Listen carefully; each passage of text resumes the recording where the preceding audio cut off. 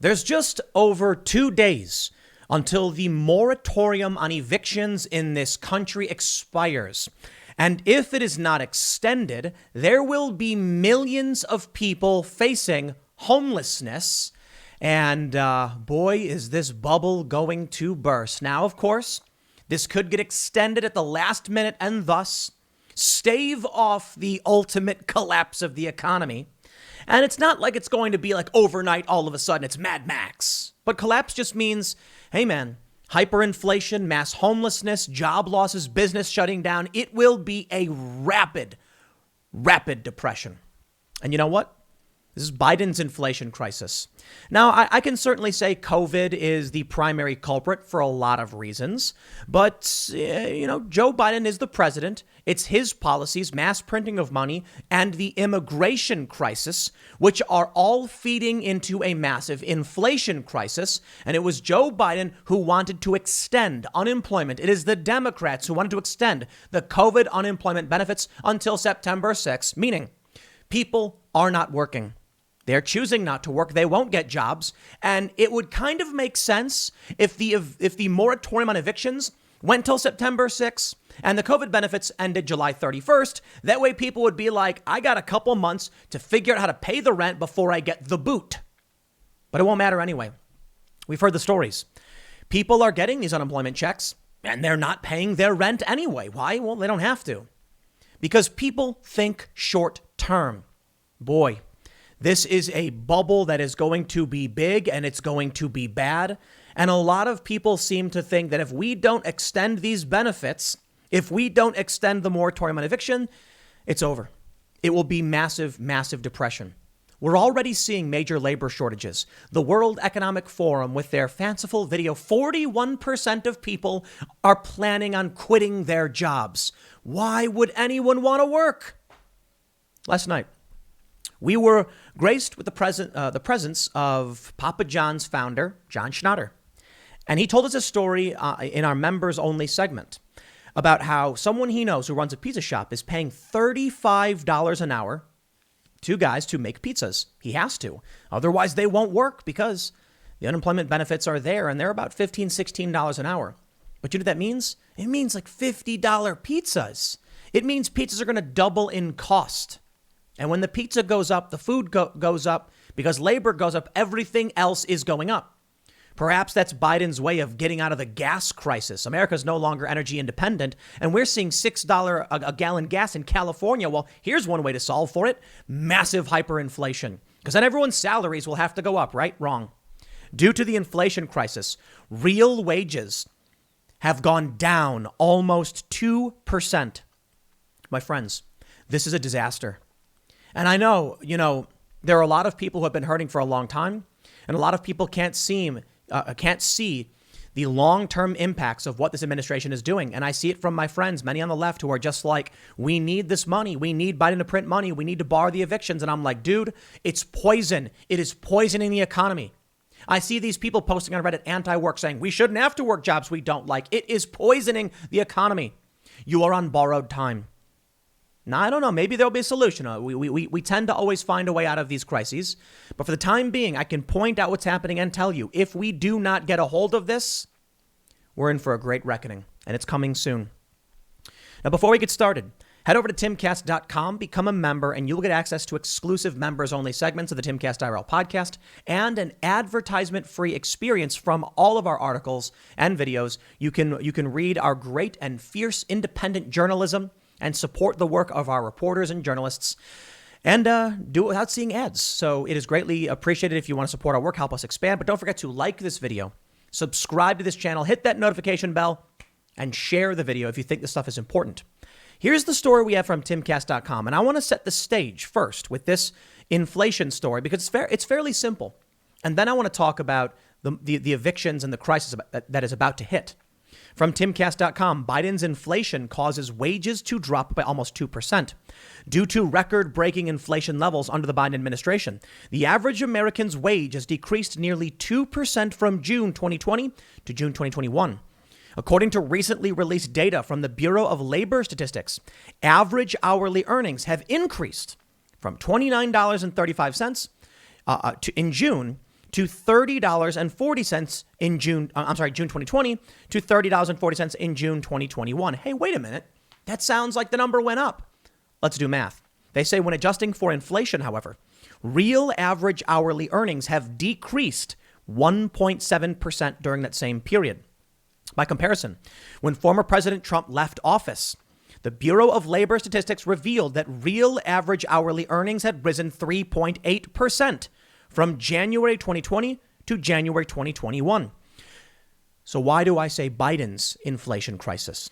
Because under Trump, this wasn't happening, even amid COVID, with all of the crisis. Real earnings went up. And 2019, man, we heard it all the time. The best numbers of our lives. I saw so many people saying they made more money than they ever did. They were happy. They were buying. The economy was a roaring.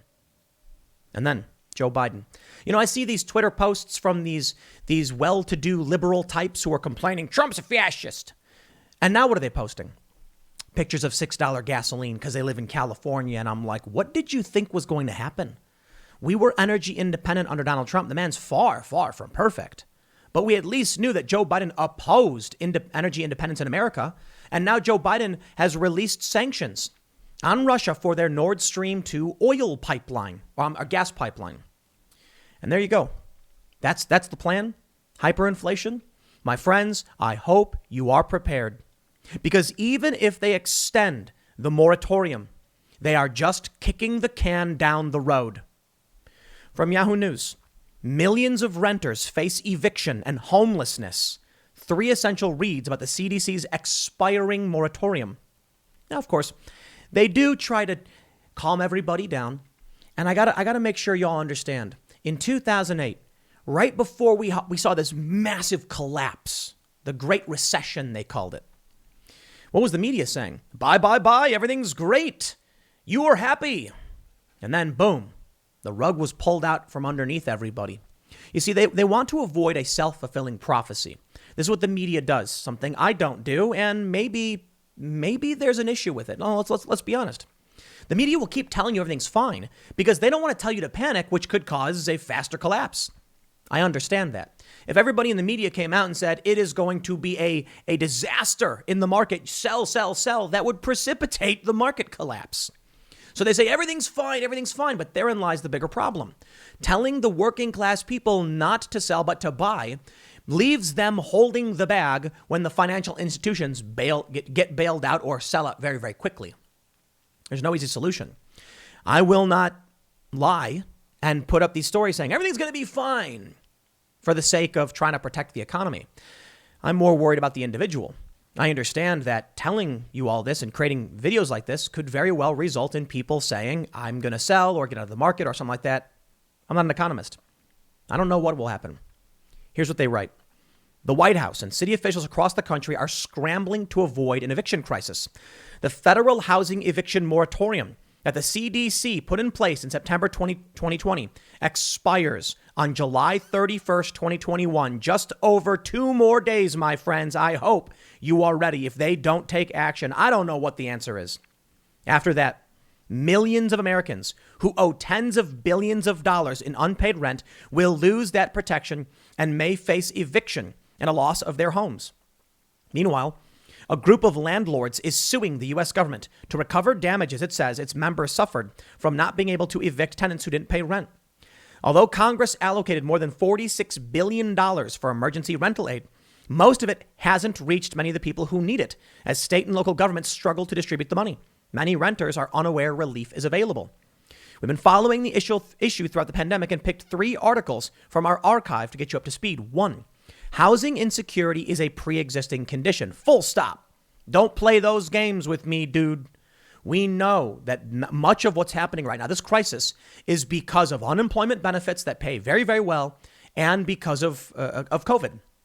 One of those, an act of nature. I'm not going to blame people necessarily for COVID, but the economic shutdown, which destroyed businesses and resulted in people leaving their jobs, followed by those unemployment benefits, that's a man-made disaster. And it is new. Now, I know housing insecurity has been a problem for some time, but this crisis we're experiencing, this is unique to now. Don't play these games. We'll read more, but let me show you this tweet. This is a tweet from a user on Twitter named Hey Boo Boo. I read this tweet before, but I want to read it now for you so you can understand what they're saying. Yesterday was a sad day for me and my husband. We closed on our rental property that we had no choice but to sell. The government mandated that people could live in it for free for over a year. We lost out on over $42,000 in rental income. Now already, I can hear young leftists saying, haha, landlord's not a job. Let's read more. All of our renters were receiving unemployment, but the government would not allow evictions, so they just didn't pay. So the people had the money. They were able to pay. But why?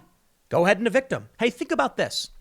You evict these people now once the moratorium expires and they've been sitting on his unemployment. They got a savings. They'll say, I saved several $1,000s in not paying rent. I'll just use that to rent a new place. What am I worried about? You give them an eviction notice. They get 30 days. They go find another apartment. However, they may try. And the other apartment may ask, have you ever been subject to an eviction? Yes. Sorry, we won't rent to you. She says, we got no break on paying property taxes, insurance, and utilities, so we blew through our savings. We are trying to pursue back rent at this time. My husband inherited the property from his father who died of cancer, so it's been a bit emotional. This whole government-induced tragedy has done irreparable harm to so many. Now, I've not verified this story. I don't know if it's true. Maybe it's just someone on Twitter making something up for political reasons. Perhaps. I don't know. I can tell you this. It's obvious that these stories are going to be happening. It's obvious what will occur in the next 2.5, 3 days. There are many people who didn't pay. I mean, I've heard tons of stories outside of this one from people saying, like, why bother paying? I've heard stories from landlords saying the people renting the apartment just stopped paying because they can't be evicted. These landlords who run these buildings have a job. Being a landlord, there's a job there. Okay? You have to pay people to maintain the building. You have to make sure the tenants are taken care of. You have legal obligations. And the tenants don't have to worry about insurance or taxes. And they can tell you to fix everything. People seem to think that just by virtue of being a landlord, you're going to be making all this money off of these renters. There are advantages to being a renter. Personally, I think owning is better. But some people, as we've seen in many stories, want to rent. No responsibility, no taxes, no liability. No worrying about where your investment value. And what if you rent to someone and they present a huge risk and they destroy your building? What if you're just someone who owns one house and you rent out your basement? Now you got someone living there who stops paying you. You can't do nothing about it. Yahoo goes on to say evictions are rising in some states. While the federal moratorium has ensured some renters don't lose their homes, many others haven't been so lucky, as evictions continued throughout most of the pandemic. For example, in Idaho, which didn't have a statewide eviction ban, evictions fell in April and May as most courts closed because of lockdowns. But when courts reopened, evictions headed back towards 2019 levels. And 3, eviction court favors landlords. This one is the one you need to pay attention to. Before landlords can evict a renter, they first must take them to court. But eviction courts aren't about due process and getting a fair hearing, explains Katie Ramsey Mason. States created eviction courts to offer landlords a summary process to ensure cases are handled very quickly, sometimes in less than a week. As a result, the odds are stacked heavily in favor of landlords. Now, I'm not going to play any games about, what people should or shouldn't do or anything. I'm just going to say this. If the courts favor the landlords and the moratorium ends, millions of renters will be served eviction notices. Boy, I tell you this. And then what happens if these people try to apply at a new place? Because obviously, with all these evictions, there's going to be tons of open apartments. Well, the landlords need rentees. So they may be fairly lax this time around. If someone says, look, I was just evicted, but here's money up front, they might say, I'll take what I can get. But it may result in many businesses saying, or many landlords just saying, it's not worth renting this out. It's better to use it for ourselves. Or they're forced to sell to major investment firms.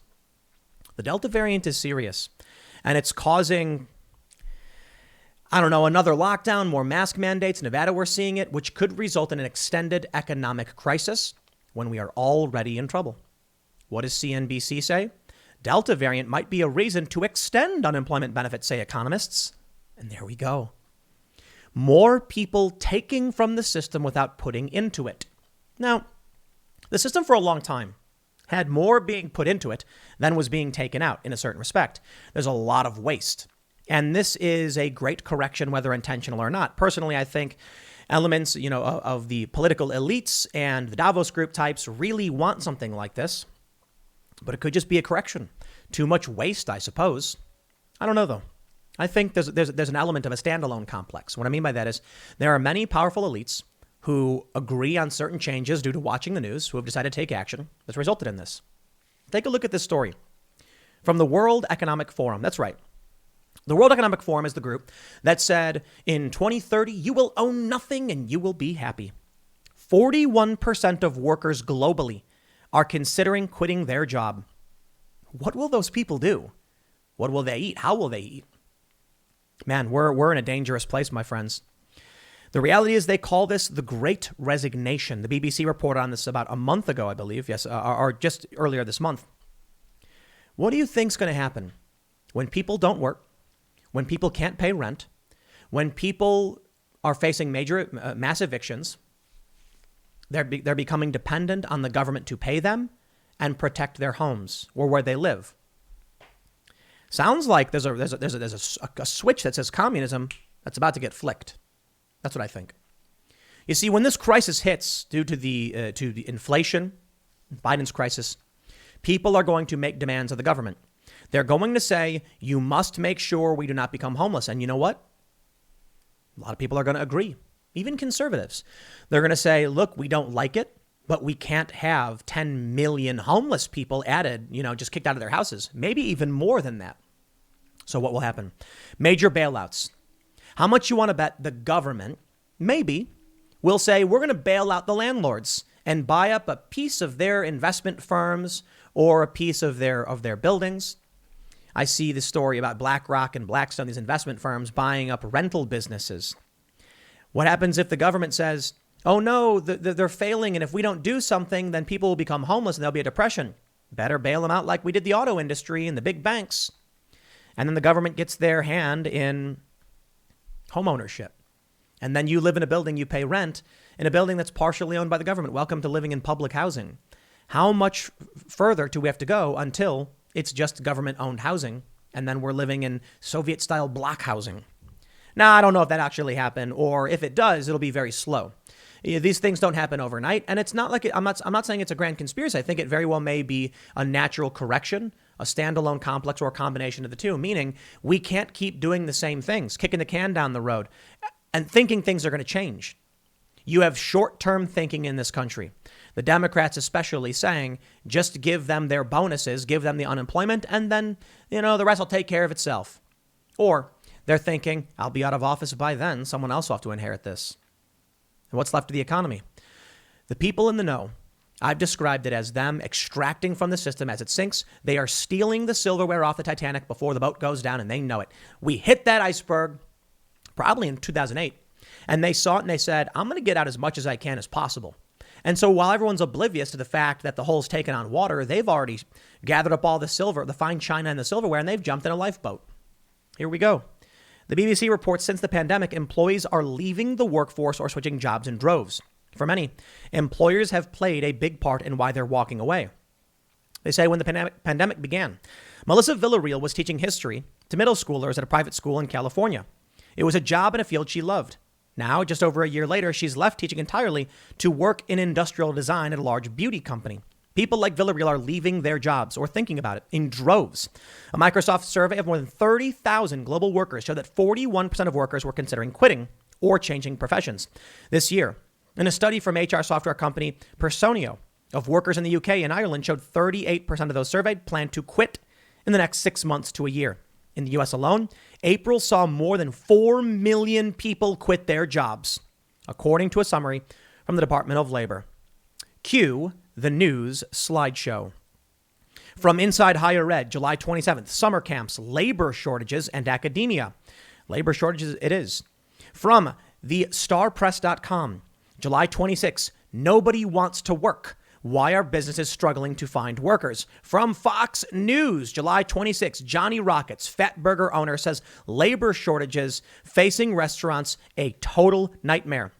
From timcast.com, a members-only private segment with John Schnatter of Papa John's, formerly the chairman of the board, after that big scandal where they really screwed this guy over. He tells us, as I mentioned earlier, that he knows a pizza shop paying $35 an hour. Now, I know many on the left are cheering for that, saying, good, pay them a living wage. How much do you think it's going to cost to make a pizza if you're paying $35 an hour? Well, if it takes let's say it takes 20 minutes to make a pizza, a good one, done well. That means you're looking at about a third of those labor costs. So it's about, $11 or $12 in labor for one pizza, plus the ingredients. Pizza's now going to cost maybe $15. Then you've got general overhead for the business. And then you're talking about a large pizza, which normally might go for $20 because they get a slim margin, now jumping up because you're paying $35 an hour to $30. I know I said 50, but let's be reasonable. It's going to be a significant increase. I'll put it this way. If you're paying $15 an hour to a guy to make pizzas, the government offers them $16 an hour to do nothing. And you're like, how about 20? Nah, I can get 16 for nothing. 25, I can get 16 for nothing. $30 an hour, double, but I can still get money for nothing. Okay, 35. All right, I guess 35. We are talking about more than doubling the cost of labor, which will go into nearly doubling the cost of the pizza. Ingredients for now won't cost more, but what about agriculture? That's right. There's a labor shortage in agriculture, which means your cheese and sauce are going to go up in price too. And if everything goes up double, your $20 pizza will end up costing you $40. $40.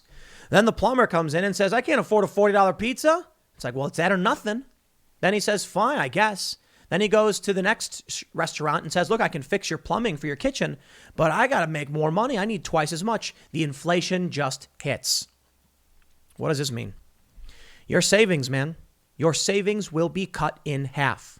As I already showed you in that first story, real wages have decreased 1.7%. Inflation is through the roof. Consumer price index through the roof. Evictions days away. Now, I know. Maybe it's worrying. Maybe what's really going to happen is there's going to be a last minute, swooping in, saving of the economy, somehow staving off the true crisis.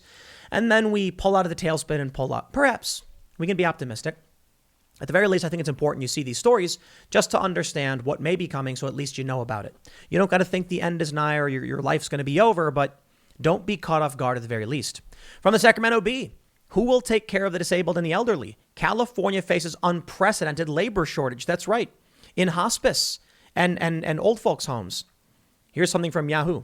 A server says she's getting lousy tips because she keeps having to do other people's jobs in the labor shortage. It just keeps happening. I mean, I probably got too many stories, my friend. Here's why businessman Ken Langone thinks the Fed is wrong and inflation is here to stay. It's all just getting worse, isn't it? Restaurants pull seafood from menus, hike prices amid inflation. Oh, it's also the shortages. That's another reality. Economist Nouriel Roubini warns of train wreck stock market crash and stagflation. This from July 3rd.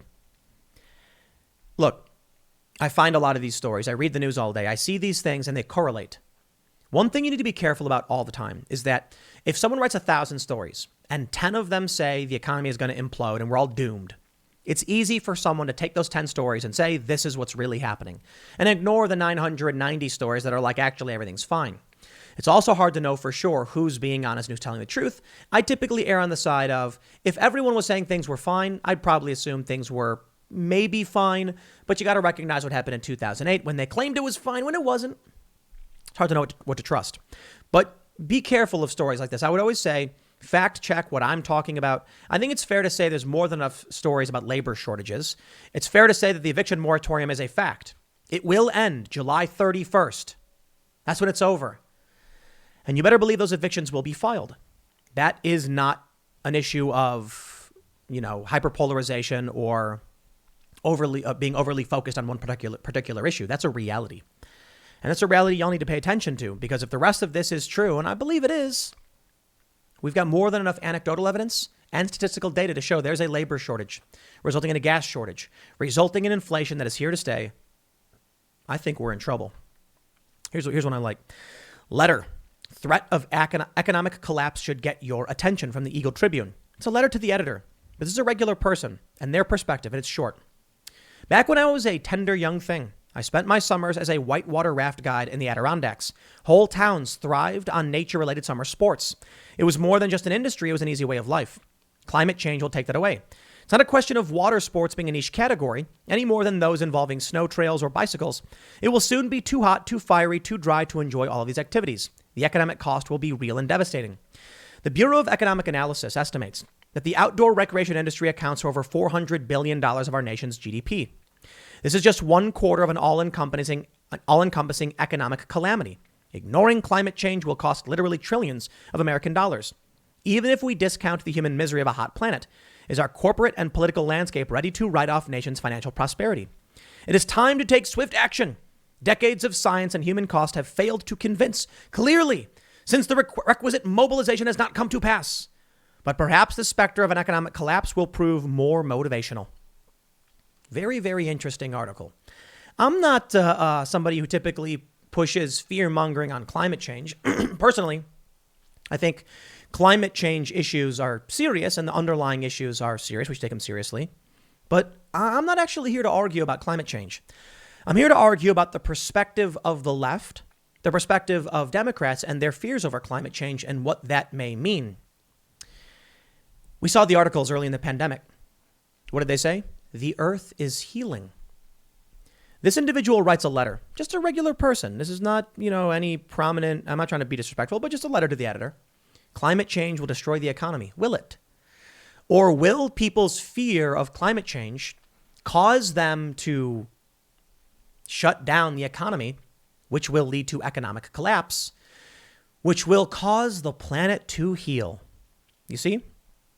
Now, I don't know what ultimately everybody thinks. But as I mentioned, I think there's a component of a standalone complex. That is, many people who believe something similar taking concerted action, which will result in a seemingly, it looks like a conspiracy, but it's not. There are many people who believe climate change will destroy the planet, will result in mass chaos and economic collapse and death. And then you have people saying we must shutter the economy because of COVID. We see the Davos group saying that by 2030, you'll own nothing and you'll be happy, talking about climate change and social justice, as they call it, and the things we have to do. I think we can see here that enough people are worried about rampant and nearly endless economic growth that there would be a standalone effort to shutter the economy, which will cause the planet to heal. Again, as the New York Times wrote. I want to show you this. I want to show you something from Reddit. It was deleted. If the housing market doesn't correct itself soon, there's going to be a reckoning across society, and you shouldn't be surprised if it happens. It was removed. The post on Reddit was talking about a massive societal collapse and chaos. It received 16,381 points. That means people were clicking the upvote button saying they liked this. It's not necessarily supposed to be an agree button, but it basically means people agree. They called this an unpopular opinion. That's the forum where it was posted. The post was removed because of what the person said was going to happen. They said that there would be, you know what? I don't know how to describe this without getting banned from YouTube, so maybe I can just say it that way. They said there would be actions taken by individuals following the loss of wealth and the collapse that is a ban-worthy offense to say what these people would be willing to do. On Reddit, they removed it saying, you violated the rules. Now, that's crazy. This person just said, I think people will revolt. We'll put it mildly, very mildly, revolt if there's not a correction soon. And there's not going to be. People are basically cheering on the collapse. Now, you want to know why after all of this? I will still say Joe Biden is the problem here. I bring you now to this story, timcast.com. Report. 50,000 migrants released into the U.S. by Border Patrol. Just 13% show up to an ICE office. 50,000 released. This is a Rio Grande Valley sector, I think it's called. And you have 1 million illegal immigrants entering the U.S. since the start of the year, 188,000 in the past month alone. So I think we're close to like 1.2 million for the year, actually. What is that going to say about inflation? We already have a homelessness crisis. How are we bringing this influx of people in when there's a job shortage, a labor shortage? Maybe that's it. People don't want to work. So what is Joe Biden doing? This is his solution. If these jobs won't be filled and the economy will collapse, he's shuffling these people in as many as possible, desperate to find workers. Meanwhile, he's paying off Americans not to work. It's what we said earlier. The Democrats are creating a serf class. They're bringing in illegal immigrants saying, come on in, jobs are waiting, but Americans are getting paid not to work. Maybe that sounds great to these elitist city folk who are like, I'll take the free money and make them do the hard back-breaking labor. To me, it sounds nightmarish. And it also means that the lower income Americans, citizens of this country, will be left holding the bag so the elites can prosper at a point when we're about to face a massive collapse in the economy. I don't know for sure, but smarter men than me, smarter people than me have said there's going to be a reckoning. There's going to be an economic collapse in about 2 days. We'll see what happens with these evictions. It may take a month after that because the evictions will be filed and then maybe about a month before people actually get the boot. What do you think happens when the homeless population increases by millions? That'll be interesting. I'll leave it there. Next segment's coming up tonight at 8 p.m. over at youtube.com/TimCastIRL. Thanks for hanging out, and I will see you all then.